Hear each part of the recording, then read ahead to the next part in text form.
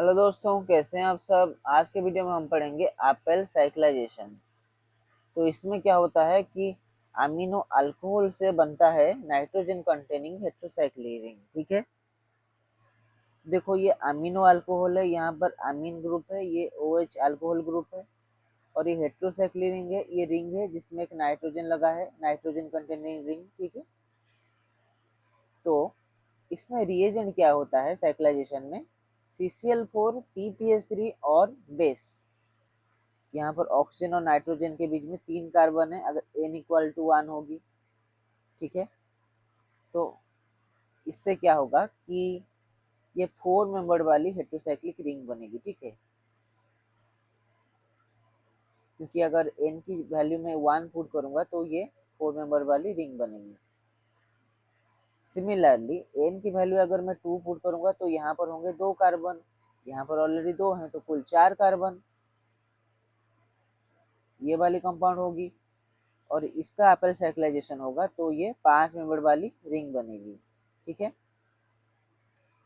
Similarly n=3 के लिए 6 member वाली रिंग और n=4 के लिए 7 मेंबर वाली रिंग बनेगी। तो बेसिकली एप्पल साइक्लाइजेशन में 4 मेंबर से लेकर 7 मेंबर वाली रिंग बनाई जा सकती है। ठीक है, तो इन चारों प्रकार के केसेस में कौन सा रिंग फॉर्मेशन सबसे ज्यादा फेवरेबल होगा, सबसे ज्यादा फास्ट होगा।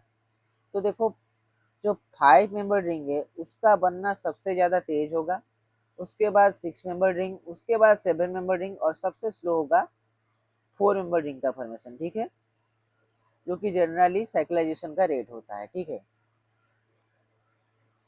उसके बाद हम क्या करेंगे, इसका मैकेनिज्म देखेंगे। तो देखो, सबसे पहले जो PPH3 हमने लिया था, हम क्या करेंगे, उसको CCl4 पे अटैक करवा देंगे।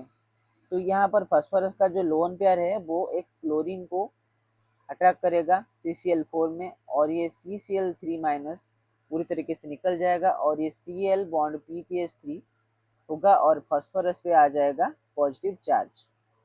ठीक है, अब ये जो CCl3- हमारा था वो क्या करेगा कि एसिडिक हाइड्रोजन को एब्स्ट्रैक्ट करेगा। ये OH को भी एब्स्ट्रैक्ट कर सकता है, OH का हाइड्रोजन भी एब्स्ट्रैक्ट कर सकता है, और ये NH का भी हाइड्रोजन एब्स्ट्रैक्ट कर सकता है। तो ये क्या करेगा, ये जो हाइड्रोजन है OH का, इसको ये एब्स्ट्रैक्ट करेगा। ठीक है, अब ऐसा इसीलिए क्योंकि OH का हाइड्रोजन ज्यादा एसिडिक है, क्योंकि नेगेटिव चार्ज नाइट्रोजन के कंपैरिजन में ऑक्सीजन पे ज्यादा स्टेबल होगा। ठीक है, तो ये OH से ये CCl3 हमारा हाइड्रोजन एब्स्ट्रैक्ट करेगा, जिसकी वजह से ऑक्सीजन पे आ जाएगा हमारा नेगेटिव चार्ज। अब देखो, ये वाले जो स्पीसीज है ये इस स्पीसीज पे अटैक करेगी, तो ये फास्फोरस के पॉजिटिव चार्ज पे अटैक करेगा, तो ये जो क्लोरीन वाला बॉन्ड है ये टूट जाएगा, फास्फोरस क्लोरीन का बॉन्ड, क्लोरीन निकल जाएगा, तो यहाँ पर OPPH3 हो जाएगा। अब देखो, ये OPPH3 जो है वो बहुत ही अच्छा लिविंग ग्रुप हो गया। तो क्या हुआ, ये जो लोन पेयर है नाइट्रोजन पे, ये सिंपली अटैक करेंगे, ये OPPH3 जिस कार्बन पे लगा है उस कार्बन पे ये सिंपली अटैक करेंगे, और ये बॉन्ड यहाँ शिफ्ट हो जाएगा, जिसकी वजह से हमारा O डबल बॉन्ड PPH3, ठीक है, POPH3 ये निकल जाएगा।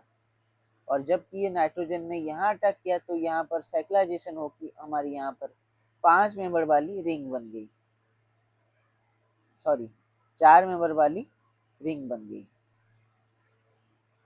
ठीक है, तो बेस हमने दिया था, तो बेस क्या करेगा, ये जो हाइड्रोजन है यहाँ पर NH+ में जो हाइड्रोजन है इसको एब्स्ट्रैक्ट करेगा, जिसकी वजह से ये हमारी फाइनली 4 मेंबर वाली रिंग फॉर्मेशन हो गई। ठीक है, तो इसकी ट्रिक क्या है, ट्रिक सिंपली ये है कि देखो, आपको क्या करना है, नाइट्रोजन के लोन पेयर को ये जो OH जिस कार्बन पे अटैच्ड है उसके उस कार्बन पे अटैच करवा देना है, और ये OH को निकाल देना है, जिसकी वजह से यहाँ पर एक रिंग की फॉर्मेशन हो जाएगी। ठीक है, अब देखो इसके कुछ एग्जांपल्स देखते हैं। एग्जांपल नंबर 1, यहाँ पर देखो, हमें सिंपली क्या करना है, ये NH को जो है NH के लोन पेयर को अटैक करवाना है उस कार्बन पे जहाँ पे हमारा OH लगा हुआ है, यानी इस ग्रीन वाले कार्बन पे। तो ये लोन पेयर आएगा, इस ग्रीन वाले कार्बन पे अटैक करेगा और ये OH को निकाल देगा। तो ये हो गया हमारा फाइनल प्रोडक्ट। एग्जाम्पल नंबर 2, यहाँ पर भी यही होगा। ये NH इसका लोन पेयर आएगा, इस OH के कार्बन पे अटैक करेगा और इसको निकाल देगा और ये साइक्लाइजेशन हो गई। ठीक है, देखो यहाँ पर दोनों केसेस में 5 मेंबर वाली रिंग बन गई है। ठीक है, अब देखो तीसरा केस बहुत ही इंटरेस्टिंग है। यहाँ पर आपके पास तीन OH हैं। ये पहला वाला OH, ये दूसरा वाला OH और ये तीसरा वाला OH। ठीक है, हालांकि यहाँ पर भी एक है, पर उसे छोड़ो। यहाँ पर ये रिंग के बाहर में जो OH है इनको देखते हैं। ठीक है, अगर ये नाइट्रोजन इस पहले वाले OH पे अटैक करती है तो हमारी 5 मेंबर वाली रिंग बनेगी।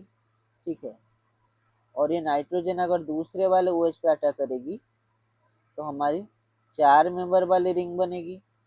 और नाइट्रोजन अगर इस तीसरे वाले OH पे अटैक करेगी, मतलब इस OH के कार्बन पे, तो 3 मेंबर वाली रिंग बनेगी।